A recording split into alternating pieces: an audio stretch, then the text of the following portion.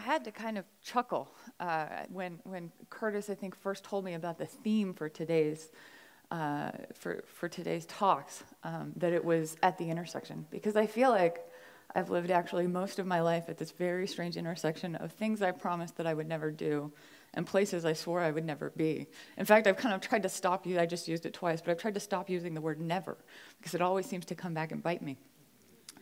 On one such occasion, I found myself kind of at the end of college, realizing that I had this bizarre opportunity in my life where I was more obligation-free than I would probably ever be again. I had no spouse, no kids, no debt, no mortgage, and I had a job lined up in Boston, which is where I grew up, and I thought, this is absolutely not what I should do. I should do something with this moment in my life. And I spent a lot of time thinking about it and a lot of time exploring, and I decided to do something I swore I would never do. I decided to serve an LDS mission when I finished school. And I, for a kid who grew up in New England, but still to this day will put on a puffy jacket the second it gets 1 degree below 60. You can imagine what a shock to the system this was for me.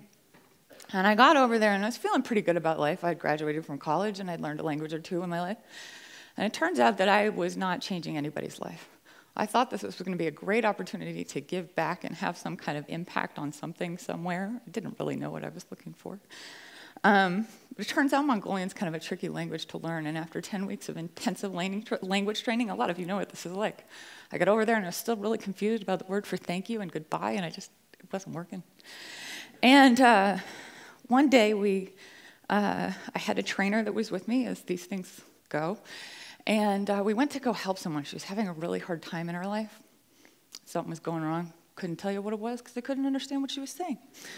But I did know that she kept giving me this bowl, and in this bowl, you may not be up on your Mongolian beverages, but it was a favorite Mongolian beverage that is basically whole milk and water mixed half and half, boiled and salted.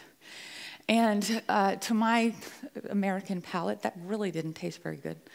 And I was trying to be helpful, and I sat there and I tried to look really empathetic because I couldn't be helpful in any other way. And she didn't really seem to care, but she did really, really seem to get more agitated when I wasn't sipping on my hiram, my salty milk. And so for 2 hours, I sipped on salty milk, and every time I took a sip, she'd top it off. And I was slowly going crazy, and I thought this was not what I thought I was signing up for. And in fact, this is not changing anyone's life, and this was a bad decision. And I just got angrier and angrier over the course of that 2 hours, not knowing what was going on in the room. And we left, and I'd really worked myself into quite a tizzy in my head, and we were walking down the street, and I wasn't even sure what to say, because if I said anything, I was probably going to explode. And we walked by this giant pile of cow manure.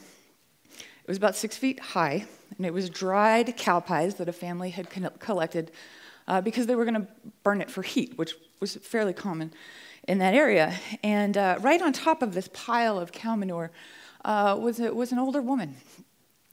She looked like she was approximately 150 years old. Mongolians, I would generally say, are built of tougher stuff than we are, so she probably was 150 years old. All I know is she's sitting on top of this pile of cow manure, kicking her feet like a child in a sandbox, and she looked like the happiest person I'd seen in months. And I looked at her and I just thought, oh, lady, if you think this pile of manure is good, you should have seen what I left behind to come to this crazy place. And I started going through all the things that I loved about my previous life and how insane it was that I was there. And she smiled at me, and it was something that's straight out of a Saturday morning cartoon. She smiled, and there was this ding, and she had one tooth, and it was gold. and as she smiled at me, I heard this voice in the back of my head that said, Christensen, actually, I think you don't get it. And I thought, and I looked back at her, and it clearly wasn't her, and I thought that was very strange, and I kept walking. And then I heard it again, Christensen, no, you really don't get it. And I thought, who is speaking to me? What is happening? And I thought about it, and I thought, no, I really don't get it. In fact, if I look around, I'm the only one here that's not having a good time. And there are a lot of people that are perfectly happy in this wonderful and beautiful country, and why am I the only one that's angry? I decided I was probably the only one that could do anything about that, so I decided to stop complaining so much and to start figuring out what it was that made everybody else tick and why it was that they were all so much happier than I was. Not shockingly, as many of you have been through similar experiences, I subsequently, of course, fell in love with Mongolia, had a wonderful couple of years there, and left half of my heart in that country. That moment with that elderly woman, unfortunately, she has not left me. And that was the beginning of what I have come to call gold tooth moments in my life, where in fact, this elderly grandma comes back to me at times when I find myself feeling like I am absolutely killing myself for something that I felt like at one point was important, but I am not having the impact or learning the things that I thought I needed to learn. And so in moments of great frustration, she comes back to me and I hear this voice, it says, "Christensen, you don't get it." And she's been responsible for a lot of pivots and changes in my life. New jobs, changing my approach to a job, changing how I'm spending my time outside of a job. And one of those gold tooth moments came just a few years ago. I was working in a wonderful job in a great industry, and in that role, I wasn't really doing the things I had thought I had signed up to do, but I was learning a lot of really interesting and important things, sort of important. But I was just becoming increasingly kind of twitchy, that I still had this itch to do some good in the world, and I was just not sure that in that role, I was really doing any good in the world. Later on to that experience, I had moved across the country and was living far from my family, who was still in Boston. And my dad started to have some health problems. He developed cancer, went through cancer treatments, got declared that he was in remission. A month later, when we thought, the trial has passed and life will simplify, he had a stroke, lost his ability to speak English. I found myself also looking around on top of my twitchiness and my kind of desire to do a little bit of good in the world and have a little bit of impact somewhere. Also, life is very short, and I can't keep postponing that moment when I'm going to do something to try to leave the world a little bit of a better place. So I stepped down from that job and decided I really needed to figure out what it was that I was going to do. And I was flailing all over the place. I started a company working with entrepreneurs in emerging markets. I looked at going back to Mongolia. I wasn't sure I was quite ready to move into the middle of the Gobi Desert, but it seemed like a good idea at the time. A lot of things seemed like a good idea at the time. And in the middle of all of this, I had a couple of associates reach out to me, and they said they had started a think tank taking these theories of disruptive innovation and applying them to sectors desperately in need of reform. They'd started out with education and healthcare, and I thought that was great and very admirable, and they were doing a lot of research. And they said, we think actually we could be having a lot more impact than we're having, but we've been so heads down trying to really get to the bottom of these issues that we haven't grown and scaled this organization and had the impact that we really can and should have. But you know who we are. You actually grew up around this disruptive innovation stuff. Curtis was right. My father is the father of disruptive innovation. My first job was data entry on the disk drive industry to try to figure out how exactly this phenomenon worked. I was 11. But they reached out, and I felt like they were doing good work, and I thought, not on your life do I want to do that, but why don't we sit down and talk about it? Maybe I can help you figure out who maybe would be the right person to hire, because it certainly wouldn't be me. And I went out and talked to them. Famous last words. It's almost as bad as a never. And I went out and talked to them, and I started to realize that actually they were doing really phenomenal work, very much in line with today's theme of At the Intersection, bringing together entrepreneurs, policymakers, stakeholders of various sorts in these industries, taking these theories that had grown out of really uninteresting industries, disk drives, computers, extractors, construction materials, and looking at complicated problems facing society today, and actually finding great insights that were driving those, that are driving solutions. So it turns out we have actually an enormous problem with education in our country. Maybe some of you have heard about this. We have record high unemployment, and we have employers that can't find anyone qualified for them to hire. And it turns out we've put millions and billions of dollars into the education system, and it's not getting any better. And we spent a lot of money putting computers into classrooms, and outcomes didn't really change. It turns out we've developed technologies that allow us to deliver education online.